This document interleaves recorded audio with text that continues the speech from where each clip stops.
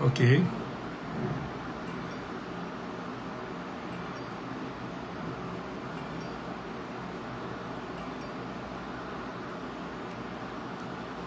Olá, olá.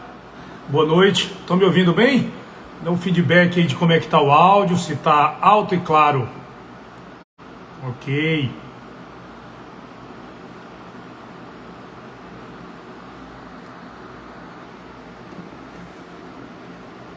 Ok. Show, Gustavão, Suzy, Virna, Estael. Vocês estão me ouvindo bem? O áudio tá legal?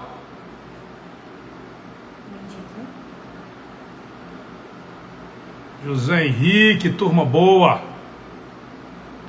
Maravilha. Vamos aguardar aí. Encher um amigo que sabe tudo de China e principalmente das relações e dos negócios. Deixa ele entrar aí. A gente já vai chamar ele aqui. Já tá aqui o IN. Vamos aqui. Me ajuda aqui, amor. Aqui, tá aqui. Ok. Ele entrar.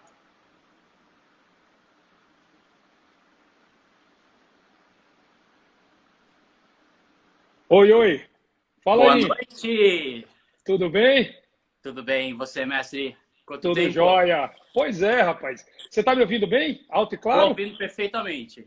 Também tô te ouvindo bem. Você sabe que eu estava me lembrando agora, a última vez que nós nos encontramos pessoalmente. Você Ah, lembra? quando?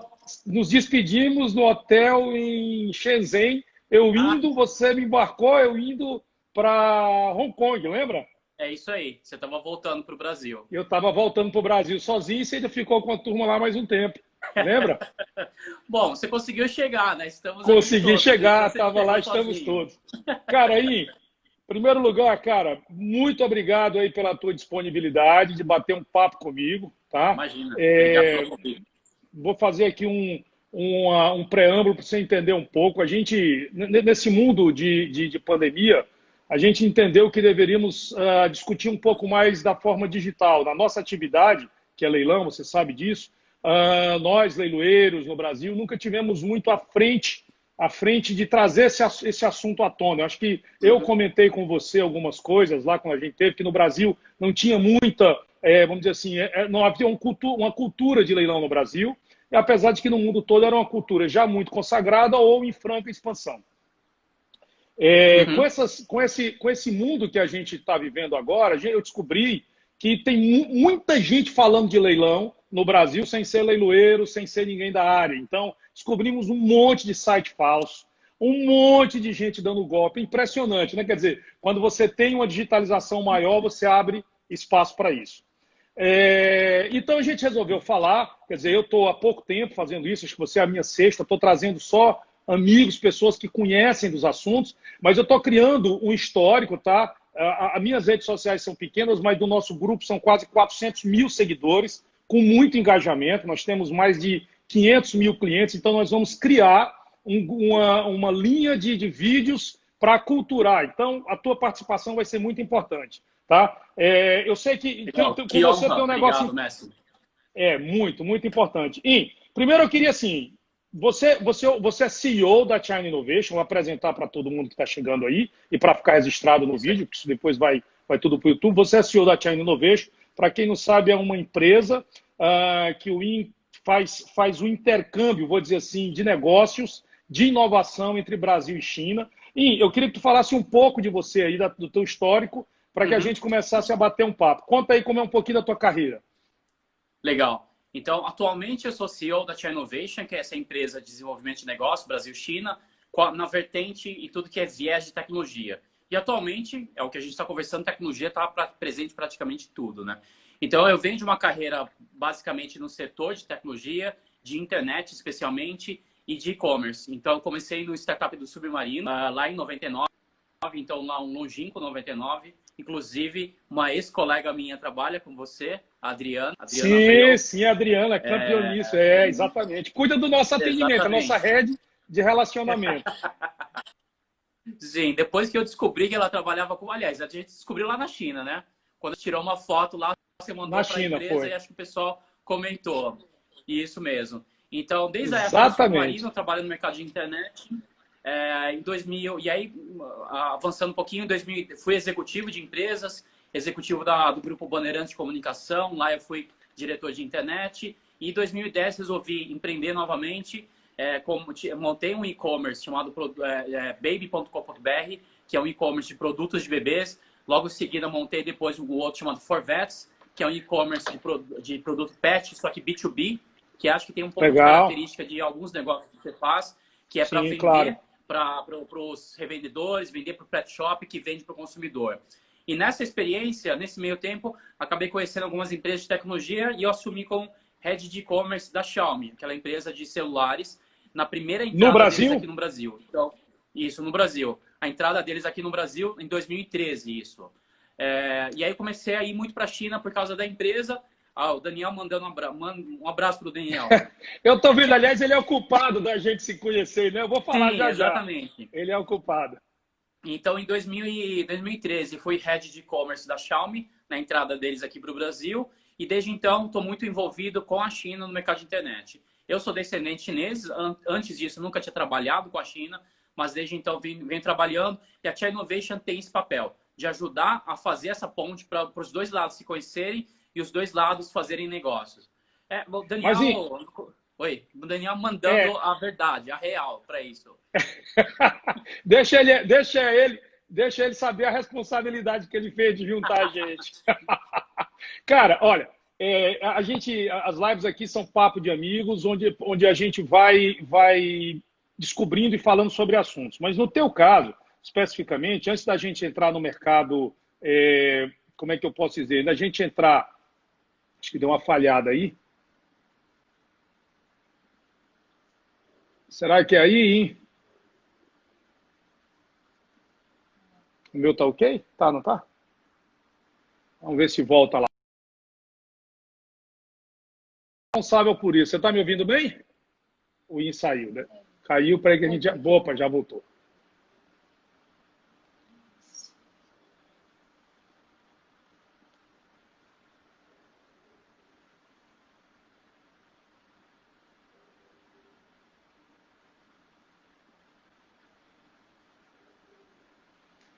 Deixa ele voltar aí, ver se conecta novamente, que eu acho que caiu aí a internet dele.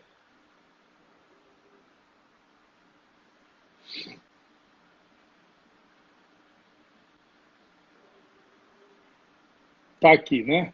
Ok, Inha, eu já te mandei já o convite. Eu já te mandei o convite, basta só você aceitar. Espera aí que eu vou mandar de novo. Vai chegar o convite aí para você.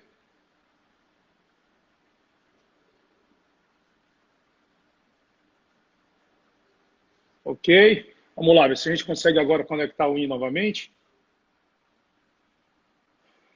Ok, agora vai. Maravilha, voltou. Voltei, desculpa, caiu aqui. Bom, vamos lá. Então vamos lá. Você falou que teve essa experiência toda só para concluir essa apresentação, mas você teve sempre muito contato, a tua cultura, a tua educação foi chinesa. Você fala mandarim? Falo mandarim, falo mandarim. Então, basicamente, eu cresci minha família é de imigrantes chineses, vieram para o Brasil na década de 60, e eu nasci aqui já no Brasil, mas tive sempre a educação chinesa, educação familiar chinesa, mas educação na escola brasileira. Então, misturando um pouco de cada lado. Né?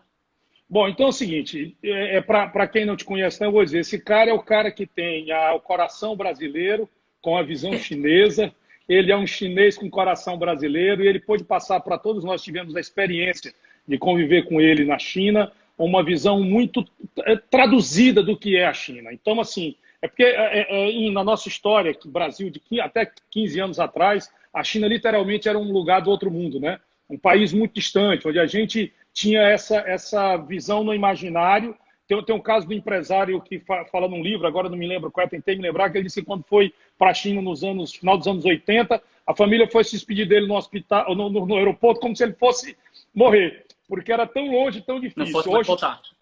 Não fosse mais voltar. A primeira pergunta que eu faço é o seguinte, o que aconteceu com a China para em 15 anos, 20 anos, se tornar o que se tornou? Faz um briefing para a gente cultural, que era um país, vamos dizer assim, primeiro, eminentemente agrário, né, eminentemente rural, depois se torna a fábrica do mundo e depois muda completamente. O que você acha que aconteceu com a China para que a gente possa entender isso? Uhum. Legal. Acho que teve um fator importante que foi o processo de abertura econômica. Isso aconteceu no período da década de 70, mais ou menos, com a decisão e com a maior visão do que é um modelo socialista, um modelo que a China estava passando de uma sociedade totalmente rural, como você comentou. Então, isso foi marcado principalmente pelo líder na época, o Deng Xiaoping. Ele falou, precisamos evoluir para conseguir sustentar até esse mar de pessoas, esse mundo de gente também. Precisamos alimentar todo mundo. Então, a China começou esse processo na década de 70. O Deng Xiaoping ele estabeleceu algumas regiões da China para fazer de livre negócios, as zonas abertas, e Shenzhen, que a gente visitou junto, foi uma dessas regiões. Então, eles começaram a fazer grandes testes do que poderia ser um sistema, do que poderia ser abertura para o mundo, fazer negócios com outros países. E quase que a gente pode pensar como Shenzhen ter sido o conceito que a gente chama atualmente de MVP, um teste, um piloto. E, de fato, foi. E aí eles começaram a adotar isso, começaram a entender, a China começou a se abrir, e aí, obviamente, naquela época, o fato de ter uma quantidade de pessoas, uma mão de obra abundante e de baixo custo ajudou esse processo, primeiro para ser a fábrica do mundo, então começar a produzir, e as primeiras fábricas na época foram muito as fábricas de empresas que eram da região. Então, sim, indústrias de Taiwan, do Sudeste Asiático, indo abrir lá suas fábricas para produzir para o resto do mundo. Então, não era necessariamente uma iniciativa chinesa. Não era necessariamente uma iniciativa local. E depois que o processo começou a se internacionalizar, indústrias japonesas, europeias e americanas indo para lá para começar. E aí começa, de fato, essa explosão da década de 80. Foi em Shenzhen que tem aquela frase célebre do Deng Xiaoping, que enriquecer é glorioso, né? Isso muda... Enriquecer é glorioso. Isso muda um pouco a concepção do que era um país fechado, e aí há uma abertura generalizada. Mas como é que cairia isso assim, na cabeça de um agricultor? Eu estou falando isso porque a gente vai entrar no mercado especificamente, mas assim, é importante a gente entender, porque em alguns lugares do mundo, e acho que até do Brasil, você dizer que enriquecer é glorioso, isso pode soar diferente. Como é que soou na China? E aí também, fazendo o mesmo link para essa pergunta, qual é o papel do governo? Como foi o papel do governo nesse momento, né? Quer dizer, uma frase emblemática. Claro.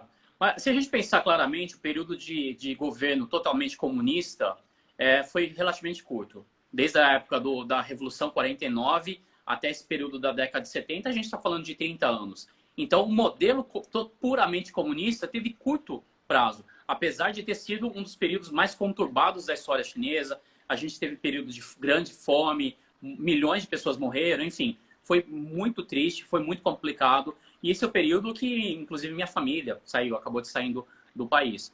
Então, mas assim, de qualquer forma, esse processo de abertura, e os chineses têm quase o comércio no sangue, né? São uma das civilizações, um dos povos que tem mais essa abertura. Então, de certa forma, é natural, porque sempre esteve presente no DNA. Então, falando, vamos fazer negócios, vamos começar a expandir, isso é natural. Então, não foi uma coisa super complicada. Obviamente, na teoria, no conceito, ele é conflitante com o que estava acontecendo naquele momento, mas é que a gente tem que sempre olhar pelo aspecto mais amplo da história. A gente estava falando de 40 anos versus uma cultura que tem 5.000 anos. Então, aquele período é quase nada, é quase um espirro dentro de uma história super longa, né? E Shenzhen é um exemplo disso, né? Quer dizer, é um lugar que me impressionou e acho que impressiona todo mundo, porque 30 anos antes era uma vila de 20, 30 mil pessoas, e dali hoje são 20 milhões de habitantes ou mais. É um negócio assim, colossal. Você mora lá em Xangai? Não, eu moro no Brasil. Você está no Brasil, mas a sede, quem mora lá é o Renato, que fica em Xangai. Fica em Xangai. Que te dá apoio, Isso, exatamente. Exatamente. E a sede da nossa empresa na China é em Pequim. É em Pequim. Isso. Então deixa eu agora começar a te fazer umas perguntas assim para a gente poder tentar situar o mercado. Uma das coisas, quando a gente esteve lá, vocês organizaram a palestra, o Danielzinho que está aí, está nos acompanhando, comentou comigo. A primeira palestra foi muito interessante, que vocês pegaram um cara da Universidade de Pequim, que era americano, estava pós-graduado em Pequim, para ele dar a opinião dele sobre a China. E pegaram um chinês que tinha pós-graduado, não sei se em Nova York ou se em Harvard, e para dar a visão dele do mercado americano. E a discussão naquela época, e continuou durante muito tempo, e depois eu vou dizer por que eu estou fazendo essa pergunta, era qual a diferença das culturas, né? Onde é que está essa diferença? O que você colocaria assim, de mais diferente entre a China e o Ocidente, Oriente e Ocidente? Eu acho que, assim, de uma forma geral, a gente fala sempre a China e o Oriente, de uma forma geral, é muito uma cultura mais coletiva, mais de grupo. A gente pensar no coletivo, até porque você tem culturas milenares e são muito baseadas nos valores da família. E aí não família a gente pensando no conceito ocidental, mas muito família dessa relação familiar, tá? Entendi. Então, os asiáticos, e por isso que existem a possibilidade de situações, como a gente discute muito, e quem conhece, quem lê um pouco mais sobre a China, sempre vê a questão das câmeras, da privacidade. Então, os chineses têm mais abertura para ter esse tipo de situação, essa vigilância, porque, de uma forma geral, eles são mais abertos e aceitam mais essa situação. Então, a cultura oriental coletiva preza muito pelo grupo todo. Então, agora a gente está vivendo no Covid exatamente, a gente está muito perceptível isso. Então, porque os países ocidentais, os países da Ásia, que sofreram muito com a Covid ou tiveram lá do lado da China, agiram de um jeito. E no Ocidente, de uma forma geral, agiram de outro, principalmente prezando pelo indivíduo, pela liberdade individual. Só uma curiosidade. A gente aqui viu em Hubei, tá? O lockdown, aquela rigidez toda. Mas a gente não teve acesso a ver o que aconteceu no resto da China. Quer dizer, sim, parece que a China não parou. Explica só por curiosidade. Mas esse é um ponto importante, Vicente. O resto do país não teve o mesmo rigor legal do lockdown. Ele teve isolamento. Mas as pessoas voluntariamente fizeram uma boa parte do país. Isso pensando no outro, não só em si. Então, falar, poxa, se eu sair, eu vou estar me expondo, e se eu tirar o vírus e voltar para casa, eu posso contaminar minha família. Então, esse é um conceito muito diferente do que a gente costuma ver. E aí, nesse período, agora a gente está vendo muito fortemente nos países ocidentais, poxa, o lockdown vai privar a minha liberdade. Eu não vou querer ficar preso em casa. Eu quero sair, eu quero continuar fazendo minhas coisas, eu quero continuar trabalhando, porque eu preciso sustentar minha família, o que é super legítimo, ok? Então, na verdade, eu não estou falando se é certo ou errado, estou falando que são valores diferentes e que então a China parou, a informação que a gente tem de maneira geral, então a China parou, quer dizer, aquela metrópole, Beijing, Xangai, tudo parou em função disso, da preservação do coletivo. Isso. Outras cidades não pararam totalmente. Sim, tá? sim. Mas as pessoas voluntariamente e de uma forma consciente tomaram essa decisão. Por isso que uma das coisas que mais foram faladas na China, na época, o povo... Aí, assim, existe uma discussão do governo, não vamos entrar nessa seara. O povo chinês falou muito que estamos nos sacrificando em prol de todo mundo. Do coletivo. Okay? Então, estou sacrificando meus negócios porque eu não estou indo abrir minha empresa, estou sacrificando meu trabalho porque eu posso ter perdido meu emprego, toda essa situação. Então, isso estava acontecendo e aí a China, o povo chinês tomou muito isso e quando o vírus, e aí eu vou dizer que é quase inevitável que o vírus tivesse saído, porque a velocidade, a facilidade de infecção é muito grande, eles acabaram saindo, e aí as pessoas, os chineses, e aí até na minha família as pessoas falam, poxa, a gente se sacrificou tanto e a gente está vendo lá o fulano de tal nesse país, as pessoas ainda em festa, ninguém dando valor a isso, a gente está falando, e aí de novo não estou falando do governo, tá? Pessoal, vamos separar um pouco, o governo e a população. A população ficou muito revoltada quando começou a perceber que muitos países não estavam dando importância e a doença começou a se propagar em outros países. E a gente vai falar de mercado, mas esse começo eu tenho que explorar isso com você, porque você é um cara, como eu disse, com coração brasileiro e com a cabeça de chinês. Você consegue entender. Cute, viu, Vicente? Mas não, você é um craque. Cara, eu recebi uma pergunta aqui agora do Givago, inclusive, que é um cara que é muito inteirado, e ele perguntou algo assim, Vicente, aproveita aí e pergunta o seguinte, Vocês acompanham na China, quer dizer, a tua família, teu time, tua empresa, você vive muito o mundo chinês, então você sabe que para cá vieram dois grandes boatos, ou dois grandes, como é que eu posso dizer assim, dois grandes movimentos, né? O primeiro é de que, cara, não morreu só isso lá na China, não, nem é o tom do nosso papo, mas aqui é um papo de amigos. Então, vamos registrar. Não morreu tudo isso, então você me coloca, eu queria te ouvir como é que isso passou lá dentro, como é que isso é a visão na China, né? Se é muito mais, se é muito menos. E segundo, que eu acho que é o mais importante, que eu até ia perguntar mais no final, quando a gente falar sobre futuro, sobre saída, mas eu acho que cabe agora também, é o seguinte, e também saiu essa questão da possibilidade, inclusive governantes, Trump e outros falaram, mas isso pode ser tido um movimento da China para construir isso aqui, para acabar com o mundo, o vírus. É importante falar o que o chinês pensa disso. Ele acha uma piada, porque isso parece muito irreal, uma situação irreal. Bom, você esteve lá, você lembra muito bem. Assim, toda a visão que a gente tem, às vezes fantasiosa, até romântica, de, poxa, as coisas não podem acontecer lá, ninguém pode falar nada, se viu. As pessoas têm uma vida normal. Assim, o que acontece de fato, a internet é regulamentada, é controlada, mas você lembra muito bem, as pessoas saem do país. A China gera 100 milhões de turistas para o Ocidente. São 100 milhões que têm contato com o mundo externo. Não assim, dá para esconder tudo. Informação. Não, assim, não tem como esconder nada. A questão de esconder informação. Acho que isso é um ponto importante.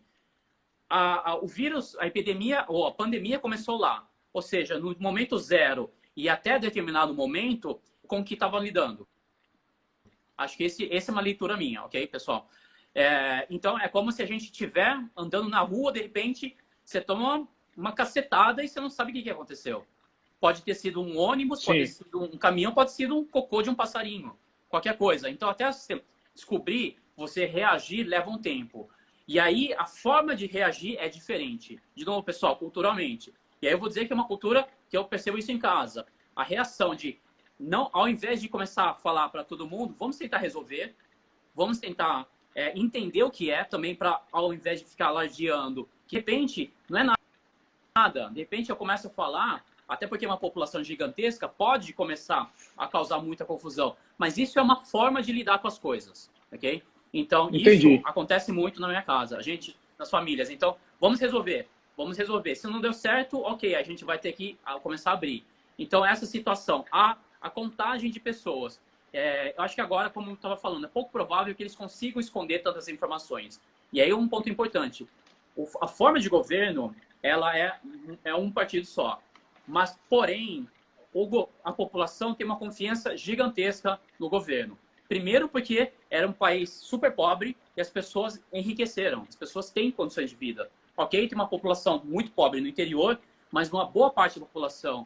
E foi talvez a maior saída de pessoas da extrema pobreza para uma condição de vida aconteceu na China. Foram centenas de milhões de pessoas que saíram disso.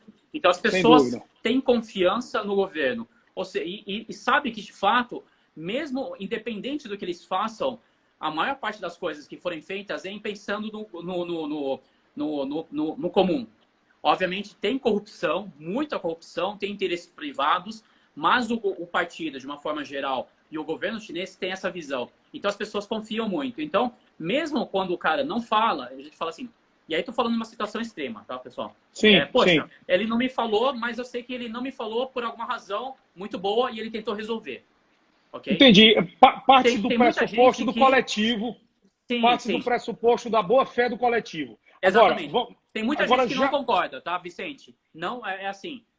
Não estou questionando, não estou dizendo se é certo ou errado, mas essa, de uma forma geral, é uma atitude.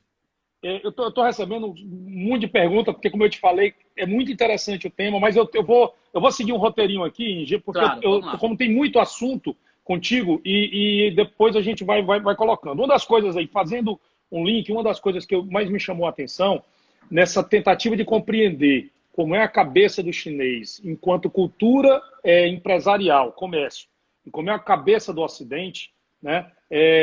Eu vi algo muito, muito diferenciado, que é a questão do empresariado e do nível, para a gente, para o brasileiro, incompreensível de concorrência que há na China.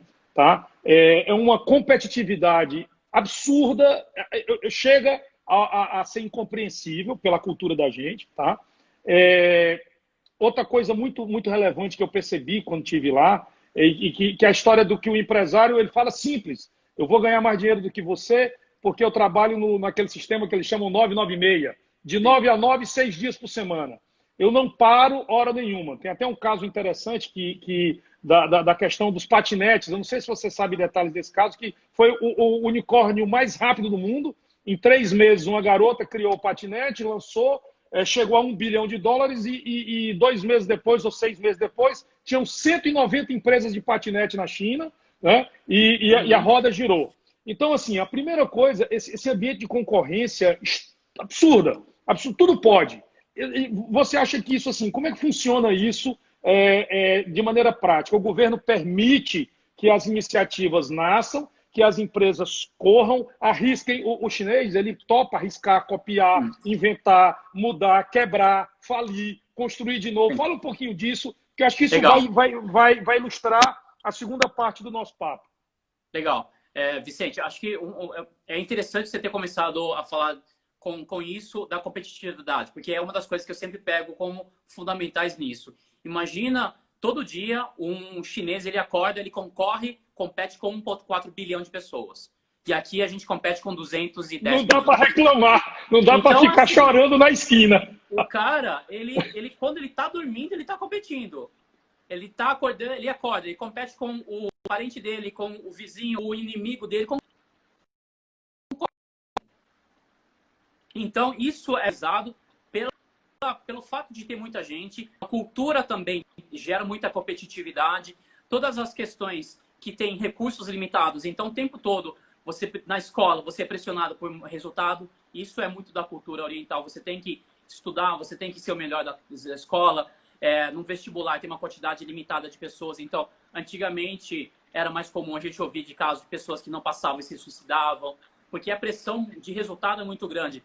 Naturalmente, das famílias e também para o próprio mercado. Porque se eu não for para as universidades tops, eu vou acabar no resto da vida sendo um funcionário talvez qualquer. Então, isso pressiona o cara a ser. Por outro lado, ele também enxerga muitas oportunidades. Ele enxerga que ele pode virar o Jack Ma. O Jack Ma era um professor de inglês. Assim, na China, praticamente não existe fortunas herdadas. Era comunismo. Então, todo mundo que tem muito dinheiro agora construiu seu próprio negócio. Não existia muito legal. Antes. Então, o cara percebe, agora são 200 e poucos unicórnios. Todos os unicórnios, todos os caras que ganharam dinheiro agora, construíram o seu próprio negócio. Então, ao mesmo tempo que é muito competitivo, o cara percebe que ele tem oportunidade. Então, ele consegue construir um negócio, ele pode ser o próximo bilionário na China. É factível isso. Então, assim, essa percepção de que a concorrência, a competitividade brutal, sem hora para nada, sem limite, sem essa, não, chegou no sábado, eu vou tomar cerveja. Isso não existe, é uma loucura, que a gente percebe. É uma loucura, porque na prática é isso, né? Se você trabalha... assim, muitas pessoas falam, poxa, mas isso não é produtivo. Mas imagina se o cara trabalhar de fato dentro desse horário. Assim, não estou dizendo se é certo ou errado. Ele pode trabalhar. E se ele tiver oportunidade de trabalhar 1 hora mais do que o concorrente, ele vai fazer isso. Porque aquela hora vai fazer a diferença para ele. Porque é como se falou, a menina do patinete tinha dezenas e centenas de concorrentes. Se ela fizer 1 hora mais de trabalho do que o principal concorrente, ela está melhor do que todo mundo. Então você concorda que essa percepção que eu voltei de lá, de que essa concorrência, essa busca pela competição livre, porque é livre, lá nesse sentido é muito livre. O cara faz o que ele quer, depois o governo olha se for muito grande, né? Se o negócio for relevante e tiver interesse. Para fazer coisa pequena, você faz na esquina. Aí, assim, essa disputa livre, aberta, sanguinária no bom sentido, vamos dizer assim, né? Predatória no bom sentido, se é que é possível, né? Vamos deixar sempre as frases bem completas para não parecer que eu estou defendendo algo diferente. Mas eu digo o seguinte, é isso que gera também a China inovadora? Essa pergunta, eu quero tentar encerrar essa primeira fase, cara, o tempo voa. É isso que gera essa China inovadora? Essa é uma pergunta que me parece bastante adequada. Sim, eu acho que é um dos fatores. É um dos fatores, certamente, porque existe a pressão de tentar fazer melhor fazer mais, fazer diferente. Então, outros pontos que são importantes. Um pragmatismo muito grande. Então, ao invés de... E aí é um paralelo que eu faço com os Estados Unidos. Os Estados Unidos falam, poxa, inovação tecnológica, vamos salvar o mundo, vamos mudar a humanidade, coisa desse tipo. Então, constrói grandes negócios para ser um negócio astronômico. Os chineses Legado, deixar legado, né? Exatamente. Os chineses vão lá e falam, olha, ok, tem aqui uma base da população, tem uma quantidade de pessoas que tem um problema, que tem uma dor aqui. Então, vamos construir alguma coisa para atender esse cara. Então, ao invés de fazer uma coisa mirabolosa, vamos atender esse cara. E aí, o que acontece? Só que esse nicho de mercado é gigantesco.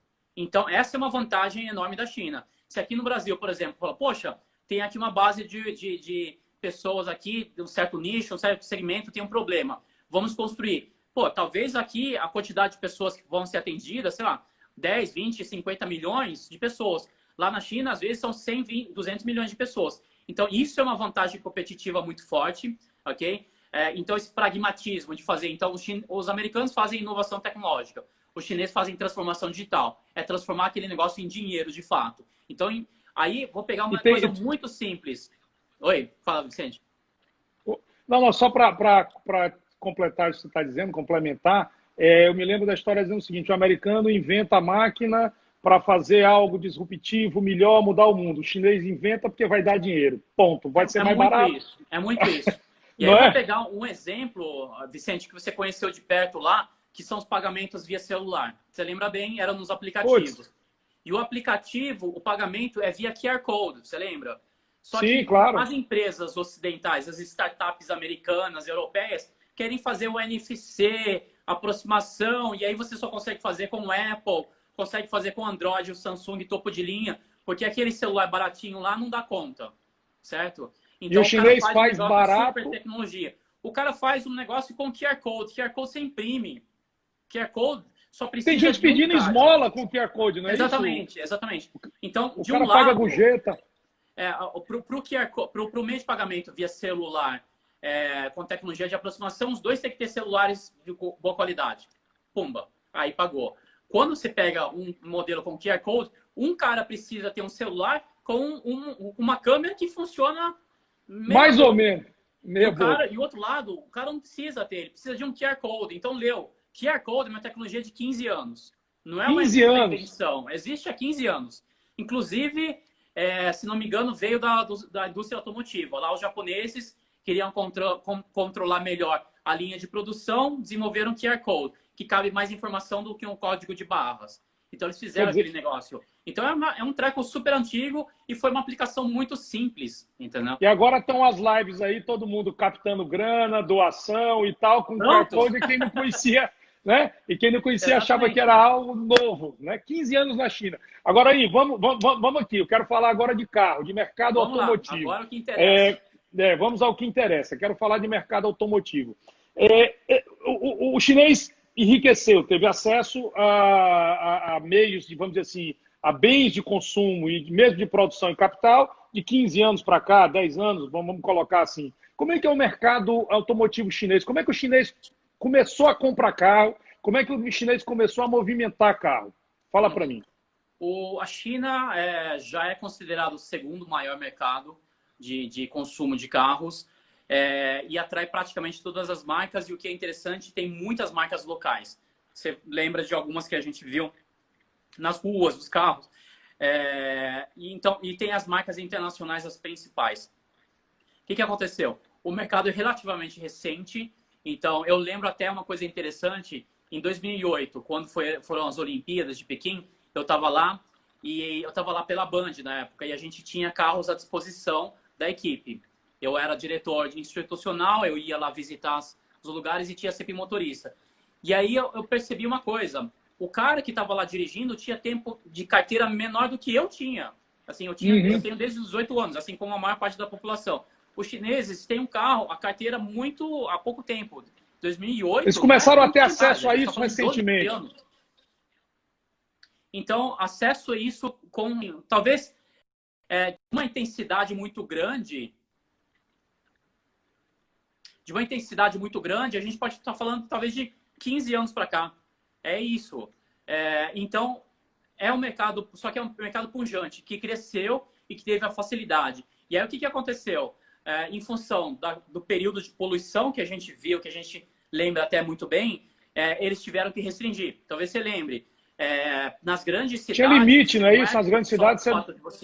Exatamente. Não é simplesmente o fato de você ter dinheiro que você pode comprar um carro. Existe uma quantidade de placas disponíveis anualmente para as pessoas, e essas placas, dependendo da cidade, ou são por sorteio, ou entra numa fila, num leilão. Então, são formatos diferentes para você ter a licença. Então, o que pode acontecer é o sujeito tem dinheiro para comprar carro, só que ele passa 2, 3 anos, até em matéria de cara com 4 anos, ele tinha... eu lembro de uma matéria muito específica disso. O sujeito, a esposa ficou... Um casal, a esposa ficou grávida e eles pensaram, poxa, precisamos de um carro agora. A criança tinha 4 anos, eles ainda não tinham comprado um carro, mas tinha todo o dinheiro que precisava. Então, agora, isso é muito, muito restrito. Aqui no Brasil, e é o trânsito também.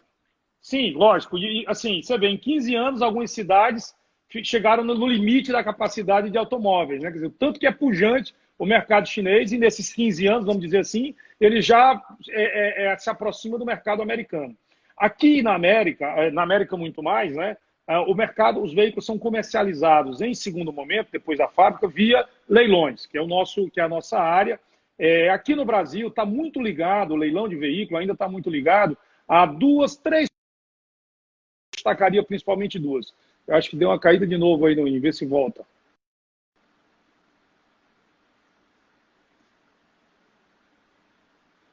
Caiu lá, opa, não voltou ainda.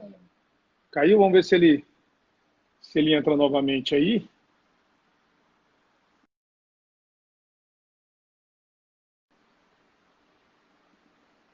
Saiu. Que marcou para mim que ele saiu, que marcou que ele voltou. Deixa eu ver se eu já aqui. Ok, adicionar. Pronto, vamos ver lá. Muito bem. Tá vendo? Eu tô aprendendo. Oi, voltou. A gente está no horário nobre das lives, a internet está caindo o tempo todo. É verdade. E, continuando aqui. Então, assim, no mercado americano, há uma cultura de leilão generalizada, na Europa também. Principalmente eu daria destaque para a Alemanha, a Inglaterra, onde os leilões de veículos, eu falo veículos, mas também vou falar um pouco de imóveis, os leilões de veículos, eles são muito a mola do mercado de usados e principalmente em grande escala. Por exemplo, aqui no Brasil, veículos recuperados de financiamento, veículos de seguradora salvados, veículos de renovação de frota e, mais recentemente, onde há um movimento dos leiloeiros de trazer também as pessoas físicas para vender e para comprar carros em leilão. Tá? Por quê? Porque é simplesmente mais uma modalidade. Ele não é a modalidade, nem é menos nem mais do que nenhuma. Você precisa de uma oferta rápida e tal. E eu queria te fazer uma pergunta ligada à outra. A primeira é o seguinte: como é que financiamento de carro na China e como que é a parte de seguro na China? O carro é obrigado, na América o carro tem que sair com seguro. Na China o carro sai com seguro, não sai. E depois, existem esses leilões, a gente viu alguma coisa lá juntos, inclusive, que eu vou já falar, mas eu queria primeiro entender assim, como é que é hoje o mercado de financiamento? O chinês financia carro? Existem linhas? O seguro do veículo é segurado? O carro é obrigatório? Como é que funciona isso? O seguro não é obrigatório. Existe alguma coisa parecida com o DPVAT lá. Até porque tem algumas coisas meio esquisitas, culturais, que são o seguinte. Alguns fenômenos, não tomem isso como uma coisa totalmente normal.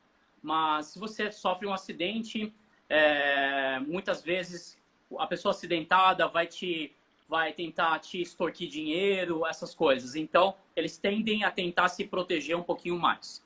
Até porque dependendo do lugar onde você está, tem um carro bom ou você está no interior, você tem um carro de mais qualidade e aí tem alguém pobre, coisa desse tipo. Então, tem algumas situações meio complicadas que as pessoas tentam se proteger, ok? Financiamento existe, é relativamente recente. A gente até foi em uma das empresas lá, que eles fazem financiamento online, mas os chineses têm um comportamento e o costume de poupar. Então, ao invés de financiar, ele prefere guardar dinheiro e ir lá e comprar o carro à vista. O mercado de crédito é recente e as pessoas estão se acostumando a fazer isso. Então, o que aconteceu, de repente, teve um boom de crédito, alguns anos atrás, talvez 10 anos, e muita gente que nunca utilizou isso também ficou meio perdido. Começou a consumir mais. Então, o que acontecia? Não é que necessariamente estava represado as pessoas para consumir. As pessoas simplesmente não sabiam que era consumir com crédito. Então, começou a fazer isso. De certa forma, a gente viveu isso no Brasil. Acho que sim, sem dúvida alguma. Já vivemos. 80, 90, é muito parecido. Então, os chineses, na verdade, começo dos anos 2000. Começo dos anos 2000. Pode ser. 90 para o começo dos anos 2000. Então, agora, olha só. Fala. Então, as pessoas começaram a consumir com crédito, sendo que não sabiam muito bem o que fazer. Então, esse foi um problema. O governo começou a regulamentar, tentar controlar um pouquinho para não ter problemas de default, de inadimplência muito alto. Então, agora, acho que eles estão passando por um momento de aprendizado, de finanças pessoais para poder fazer isso. Mas ainda é muito comum o sujeito pegar dinheiro, isso eu vi, literalmente, com dinheiro na mão, entra numa concessionária e olha, quero tomar um carro. Uma coisa que nós vimos lá, você estava comigo, e acho que você e o Renato, a gente estava indo, se eu não me engano, para a Muralha, conhecer a Muralha, e nós passamos 2 horas ali no ônibus, olhando o Taobao, que é um mega leilão da chinês, né? E eu chamando você e o Renato para traduzir, pô, como é que é isso aqui? E a gente começou a olhar isso, e o interessante é o seguinte, ele tem muita similaridade. Por exemplo, lá tinha leilão judicial, na China, lá tinha leilão de imóveis, dentro do mesmo ambiente que é do Alibaba, que é o colosso, talvez o megalodonte do e-commerce no mundo, né? Junto com a Amazon. Então é o seguinte, eu quero fazer 2 perguntas para você. Como é que funcionam os leilões judiciais na China? Se você tem essa informação de como funciona, as pessoas perderam os bens, o leilão de imóvel também, se é semelhante, quer dizer, o senhor financia, o governo toma, leva a leilão. E também o seguinte, se esse movimento, e aí já entrando para as perguntas bem específicas, se esse movimento de olhar 360 graus, de mega portais como o Alibaba, que tem tudo, inclusive leilão, e aí tudo que esses caras fazem é colossal. Se esse é um movimento que eu tenho que me preocupar no Brasil, é muito importante eu e os colegas que estão assistindo aí a live, porque eu vi aquilo, falei, cara, se esse for um movimento que até já vi algumas consultorias recentes dizendo que a pandemia fez com que esses megaportais, esses megalodontes começassem a entrar com verticais em tudo. O caso aí do Rappi, essa turma quer vender tudo, quer fazer tudo. Né? Então, assim, eu tenho que me preocupar com isso? Eu vou começar respondendo a essa pergunta. Eu acho que talvez algum momento lá para frente. Eu diria que existem outras categorias. Ainda tem uns 15 dias. Eu tenho uns 15 dias ainda. Tem uns 20, vai, talvez. Não, vai, continua, brincadeira. O que acontece? Acho que isso é interessante explicar para o pessoal. O aplicativo que você falou, o Taobao, o grupo Alibaba, ele é formado por dezenas na verdade, centenas de empresas. Então, para ilustrar melhor, para as pessoas entenderem, talvez ele pode ser a junção de um Pão de Açúcar, mais um Mercado Livre, mais a Visa como cartão de crédito, mais o Netflix, mais o YouTube, mais a Rappi, mais o iFood, mais um clube de futebol, enfim, uma série de coisas dentro de um aplicativo só e totalmente integrados. E cada vez que você usa um serviço desses, as empresas, você usa o mesmo login. Então, você vai, faz um pedido de comida, loga no serviço online, assiste um filme, e principalmente usa o meio de pagamento. Eu mencionei a Visa. Então, a Visa é porque simplesmente o cara paga até no concorrente. Ele vai comprar no supermercado lá na China, ele vai no Walmart da China, que é concorrente do Alibaba, ele compra com o meio de pagamento. É como se a gente tivesse aqui, a Visa pertencesse ao Magazine Luiza. E aí, quando você vai no ponto frio, você usa. Então, o Magazine vai saber que você comprou no ponto frio. Então, esse é o grupo Alibaba. E aí, eles vão adicionando, e aqui alguém comentou o UOL, eu acho que tem uma diferença aqui dos portais com esse negócio, porque os portais de internet, eles não são integrados. Eles permitem que você acesse informações, você clica, muitas vezes você vai para outro lugar, E o UOL não sabe o que você fez naquele site. Ele simplesmente te direcionou. No grupo Alibaba, eles sabem. Então, se o Vicente foi lá e consumiu alguma bebida num lugar e comprou outra coisa, ou foi lá e comprou um carro, ou foi lá e comprou um leilão, ele sabe. E como tem um meio de pagamento, ele consegue te dar crédito. Como ele sabe seu comportamento, ele sabe, poxa, o Vicente todo mês ele gasta, sei lá, X mil reais e paga. Então ele tem condições, então ele vai acumulando o credit score. Então isso vai te permitindo fazer vira uma máquina, vira uma máquina de moer qualquer negócio, qualquer coisa. Qualquer negócio. Qualquer coisa. Nós vimos aí também, seguindo na mesma linha, nós vimos lá no próprio Taobao também pessoas comprando e vendendo seus bens dentro daquele universo. Quer dizer, eu vi o cara oferecendo os bens, eu vi o cara fazendo vistoria do carro. Nosso grupo tá tentando fazer isso aqui, a gente criou o VIP Direto. Acho que até te mostrei isso, a plataforma onde as pessoas colocam seus bens à venda. Mas aqui no Brasil, assim, a gente tem uma série de desafios, né, culturais, de conhecimento mesmo da nossa atividade. Mas, assim, o cara vira um monstro, não é isso? E é muito difícil você concorrer com um cara que chega no local e tem toda a informação e todos os clientes.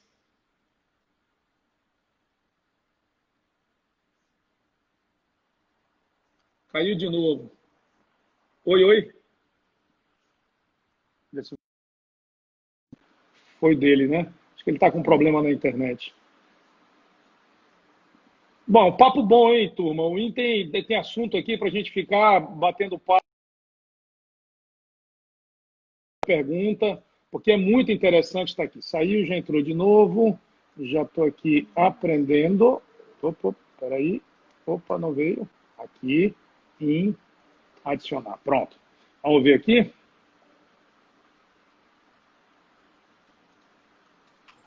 Oi, oi. Okay, espero que seja a última vez. Vamos lá. Então, esses grupos, o que eles fazem? Eles vão te conhecendo, e principalmente pelo meio de pagamento, vão juntando os dados, entendendo melhor a sua preferência.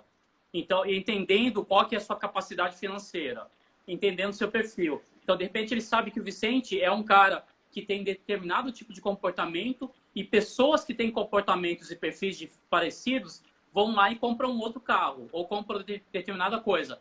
Então, ao invés de eu te oferecer qualquer coisa, eu te ofereço um carro mais direcionado. E aí, como eu sei que você tem capacidade financeira, porque eu te acompanho, eu posso te oferecer um carro e quase o crédito junto. Então, isso acaba facilitando e na prática, você consegue vender de tudo. O carro acaba virando um bem diferenciado porque ele tem um ticket altíssimo. Mas a prática de te oferecer um carro, oferecer um celular, é quase a mesma. Oi, então assim, você que é um cara especialista em inovação, em cultura de negócios Brasil-China, que conselho você daria para nós aqui na nossa atividade, que no Brasil, repito, ainda é muito incipiente, apesar de ter 90 anos, né? Quase 88 anos que a atividade está regulamentada no Brasil.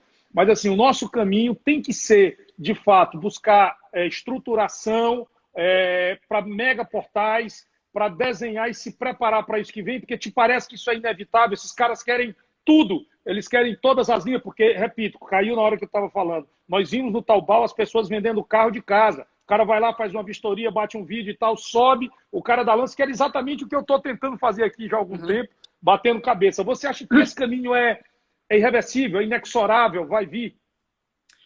Não necessariamente. Eu acho que a Rappi e algumas dessas empresas têm... Então, só para ilustrar, além da Rappi, além de startups, tem grandes empresas já fazendo, ou tentando replicar o modelo. Magazine Luiza, próprio Banco Itaú, com aquele aplicativo IT, o Banco Inter, talvez o Nubank. Então, várias empresas têm o sonho de ser um aplicativo parecido e talvez um ou outro em algum momento possa fazer. E aí, o que eu vou dizer? No setor automotivo, talvez pelas características do produto e do ticket, não estejam no início da prioridade deles.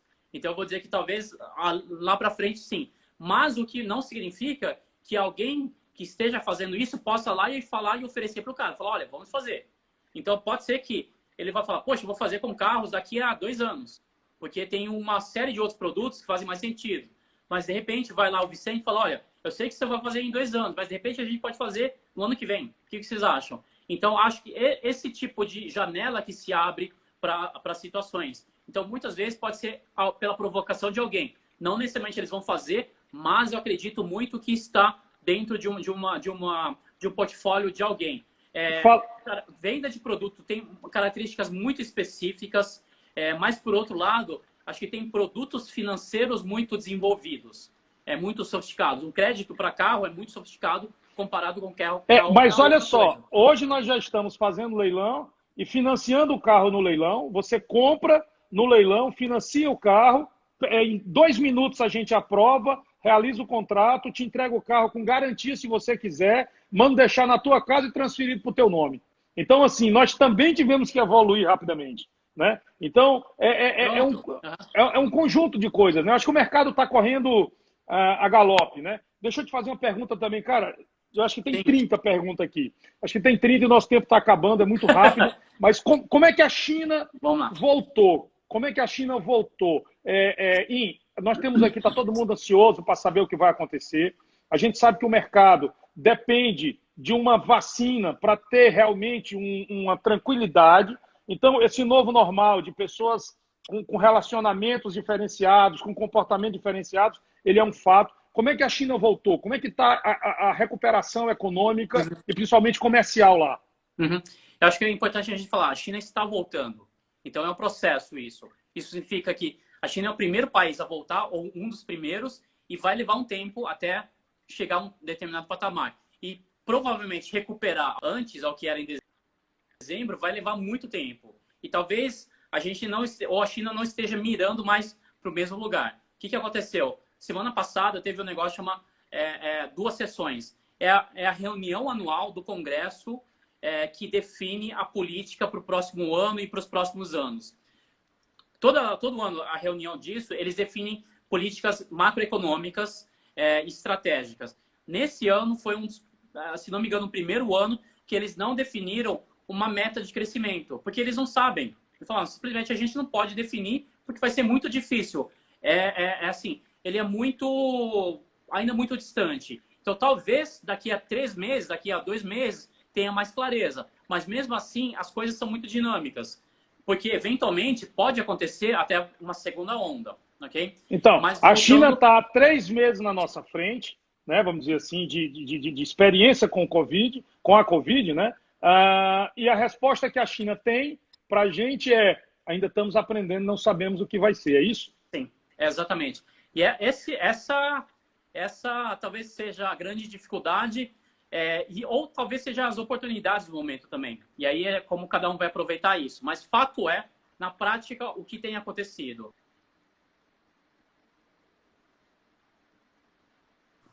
Na prática, o que tem acontecido? Os negócios estão voltando em ritmos diferentes de acordo com o setor.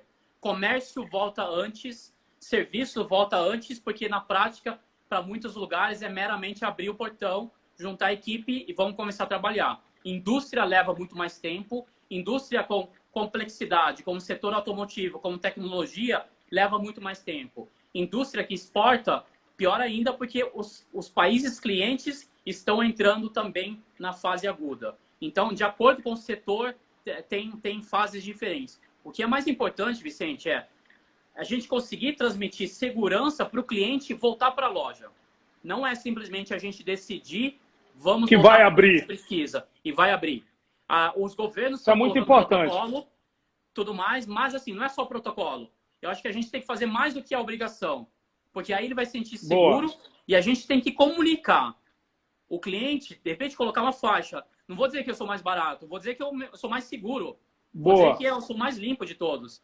Talvez agora, o diferencial, o que é mais interessante é ser, sei lá, ser super higiênico. Eu não sei nem qual que é a palavra certa para chamar isso. Boa. Mas eu vou preferir comprar num lugar que eu sei que eu vou entrar. E ele tem outro ponto importantíssimo que eu vi esses dias de um executivo chinês de varejo. Ele falou assim, tem que proteger os funcionários.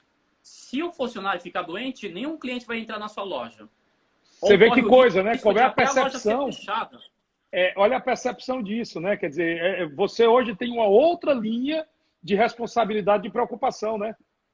Exatamente. Então, eu tenho que me preocupar com o meu funcionário. Se ele ficar doente, talvez a prefeitura vá lá e me feche, ou de repente espalha pela cidade toda, ninguém vai querer mais entrar na minha loja. Que Então, coisa. os valores são diferentes. Acho que a preocupação é outra atualmente. Então, a gente tem E que olha, conseguir mostrar isso. eu tenho pergunta para você sobre relação internacional, sobre futuro do mercado. Eu tenho aqui umas 30 perguntas, mas eu queria fazer. Nós temos 5 minutos somente. Nós temos só, elas vão ser, tá aqui minha assessora está dizendo que vão ser respondidas nas redes da VIP, a gente vai te mandar. Mas eu preciso de uma pergunta bem rápida para depois eu te dar. Temos 2 minutos para você responder isso para mim. 1 minuto e meio. Como é que está o apetite do chinês para negócio fora da China, para buscar parcerias? O que você está? Como é que está isso? Está todo mundo em stand-by, em no-show, ou tem movimento? Tem movimento e acho que e aí por algumas características, talvez uma maior internacionalização natural deles, o mercado tem setores que são mais internacionais, já buscam historicamente ou mais recentemente já faziam isso, então talvez eles tenham retraído um pouco, mas é um negócio natural. O mercado É a chinês talvez seja natureza mais deles. internacional que o nosso. Cara, Então eles estão fazendo. Outro ponto, precisa internacionalizar. O mercado local encolheu e talvez para ele conseguir manter o crescimento, ele vai ter que ir para outros mercados. Então, esse é o tipo de situação. Então, dependendo do mercado, do setor, ou obviamente até de empresas, tem perfis diferentes. Teve fundos de investimento que teve uma matéria que eu vi um mês atrás, o cara falou, ele nunca investiu tanto quanto esse período, porque ele viu as melhores oportunidades. Oportunidade, claro. Claro, claro. Dinheiro. Então, é assim, acho que depende muito disso e quem está do outro lado tem que saber quem buscar. Fala, poxa, de repente o cara que eu ia procurar não tem grana, mas certamente tem alguém. Vai ser mais difícil encontrar? É um unicórnio, lá, não é um unicórnio o termo, mas assim, é uma mosca branca. De raridade. É uma raridade, vamos encontrar, mas que tem. Então, assim, de uma forma geral, o que a gente está passando no Brasil? No Brasil, a gente tem um grande problema, e aí é muito relacionado a crédito, relacionado a uma baixa poupança, relacionado a muito consumo. A gente não tem dinheiro guardado. Então, quando bate uma crise desse tamanho, uma boa parte da população não tem condições de fazer as coisas. E isso é um fator muito relevante para a incerteza, né? Para descobrir o que vai acontecer, né? Cara, eu queria te agradecer muito. Imagina. O papo. Você, aliás, quando alguns amigos souberam que eu ia conversar com você, já pediram para eu fazer um grupo para ir de lá para lá de novo. Então, nós vamos na China de novo. Eu vou rever aquilo. Vou com você. Dessa vez eu levo o Daniel.